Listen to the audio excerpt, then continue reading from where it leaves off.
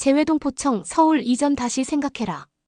인천 송도 부영타워에 위치한 재외동포청이 개청 3년도 채 되지 않아 서울 이전을 언급하고 나섰다. 인천시와의 사전 논의도 전혀 없이 단독으로 추진하고 있는 것이 알려짐에 따라 지역사회 반발이 거세지고 있다.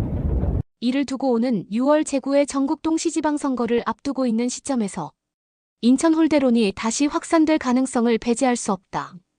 재외동포청은 오는 6월 청사 건물 임대 기간 만료를 앞둔 시점에서 서울 광화문 정부 서울청사로 이전을 고려하고 있다고 밝혀 당초 설립 취지를 무색하게 만들고 있다. 재외동포청은 설립 당시 인천국제공항과 인천항이 있어 재외동포가 편하게 방문할 수 있는 지역이다.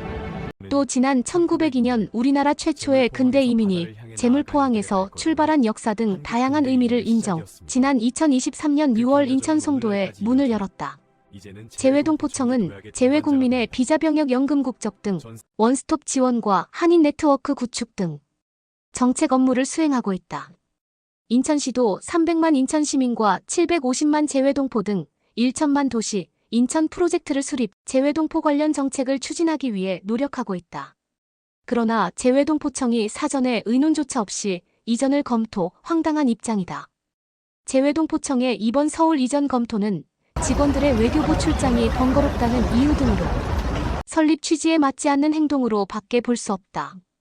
이재명 정부도 해양수산부의 부산 이전 등 지역 경제 활성화를 위한 정부 부처를 지역으로 이전했다.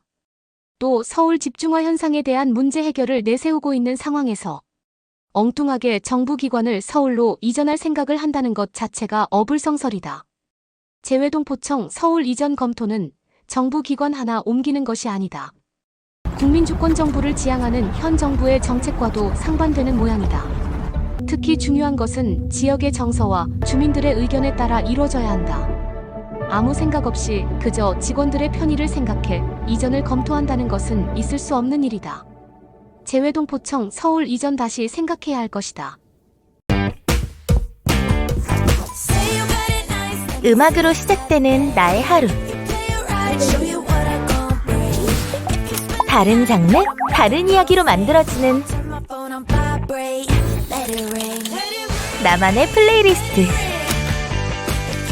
지금 우리의 일상들이 모여 도시의 리듬을 바꾼다.